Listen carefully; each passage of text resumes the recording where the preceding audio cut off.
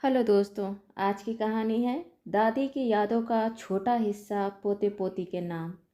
शाम को सब बैठक रूम में साथ बैठे थे। मिहिका एक बड़ा सा डब्बा लेकर आई और सुनिधि के हाथों में रख दी।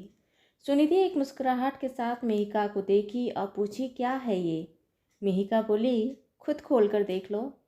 सुनिधि बेसब्र से डिब्बे की ढक्कन को खोली। ढक्कन हटाते के साथ सुनिधि एक बटर पेपर देखी।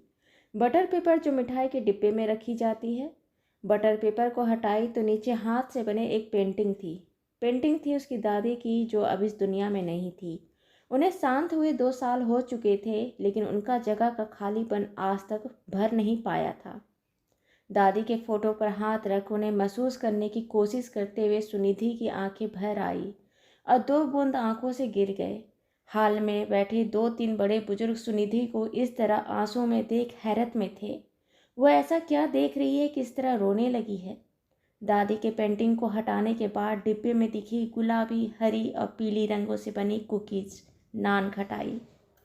सुनिधि नान खटाई को देख हिचकते हुए रोते हुए कही, मैं उम्मीद नहीं की थी कि तुम मेरे लिए ये लाएगी। मिहिका बोली, मैं तेरी शादी में दादी को लेकर आई हूँ। सुनिधा मिहिका को पकड़कर गले लगा ली। हॉल में बैठे बड़े बुजुर्ग डिब्बे में दादी की पेंटिंग और नान खटाई को देखकर उनकी भी आंखें नम हो गई। वो भी दादी को याद किए बिना नहीं रह सके। दादी राजश्री जी, जो इस घर की जान थी, खासकर सब बच्चों की जान उनमें बसती थी। वो 2 साल पहले इस दुनिया को छोड़कर जा चुकी थी। राजश्री जी के 2 बेटे थे, बड़ा बेटा राघव और छोटा बेटा ईश्वर। बेटा ईश्वर अपनी पत्नी रूपानी जी के साथ कानपुर में रहता था। ईश्वर और रूपानी जी के 3 बच्चे हैं, बड़ी बेटी मिहिका, राजेश्वरी और छोटा बेटा कुंदन। राघव अपनी पत्नी सोना के साथ अपनी माँ के साथ ही रहता है। उसके 2 बच्चे हैं, बड़ी बेटी सुनिधि और दूसरा बेटा साहिल। सुनिधि की शादी अभी 2 महीने पहले ही तय हुई है। सुनिधि की शादी तय होने की खबर सुनकर ईश्वर जी के घर में खुशी का माहौल था। बड़े खुश थे कि उनके घर की बेटी का रिश्ता अच्छे घर खानदान में हो रहा है, और बच्चे खुश थे कि वो दादी घर जाने वाले हैं। मस्ती करना है। सब बच्चे अपनी बाकी कजिन भाई बहनों से मिलेंगे और दिल खोलकर मस्ती और शैतानी करेंगे।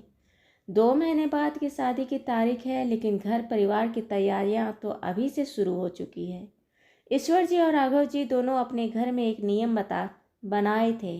गर्मी की छुट्टियों में सब बच्चे दादी घर जाते थे और दिसंबर के बड़े दिन की छुट्टी में नानी घर जाते। ये घर का नियम सालों से चल रहा था। इस नियम को बनाने से एक फ़ायदा यह था कि बच्चे साल में नानी घर भी चले जाते।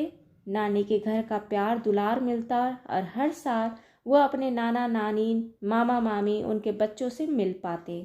जबकि गर्मी की छुट्टियों में दादी घर जाने से बच्चे चाचा चाची और चाची के बच्चों से एक जगह मिल पाते। रिश्तों का मोल और मूल्य बना रहता। दादी का सानिध्य मिलता और बच्चे अपने मन का जीवन जी पाते। बड़े दिन की छुट्टियां, गर्मी की छुट्टियां को दादी और नानी के घर की छुट्टियों में बांट दिया गया था। खैर, मिहिका, राजेश्वरी और कुंदन जब कभी दादी घर गर्मी के दिन जाते, 1 महीने की छुट्टियां पलक झपकते निकल जाती। फिर वही साल भर का इंतजार। मिहिका, राजेश्वरी और कुंदन और बाकी बच्चे दादी घर में छुट्टियां गुजारने के बाद जब वापस अपने घरों को लौटने के लिए तैयार होते, तब उनकी दादी राजेश्वरी जी उन सब बच्चों के लिए ढेर सारी कुकीज़ बनाकर एक बड़े डिब्बे में करीने से सजा कर देती थी, जैसे जीरा खार, नान खटाई।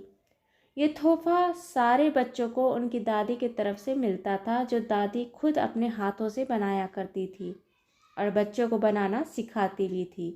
सुनिधि उन रंग बिरंगे नान खटाई को देख भाव विभोर हो गई।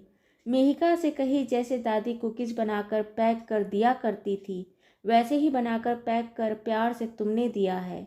आज तुमने वो गिफ्ट दिया है जो किसी भी तोहफे से ज़्यादा कीमती है। तुमने दादी को मेरी शादी में ले आई हो, और यकीन मानो ये नान खटाई, जीरा खार जैसे कुकीज़ मैं अपने आने वाली पीढ़ी, अपने बच्चों को भी सिखाऊंगी।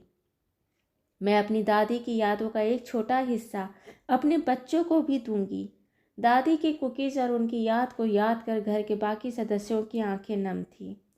दोस्तों ये कहानी आपको अच्छी लगी हो तो इसे लाइक करें, शेयर करें, सब्सक्राइब करें और मिलते हैं एक नई कहानी के साथ एक छोटे से ब्रेक के बाद।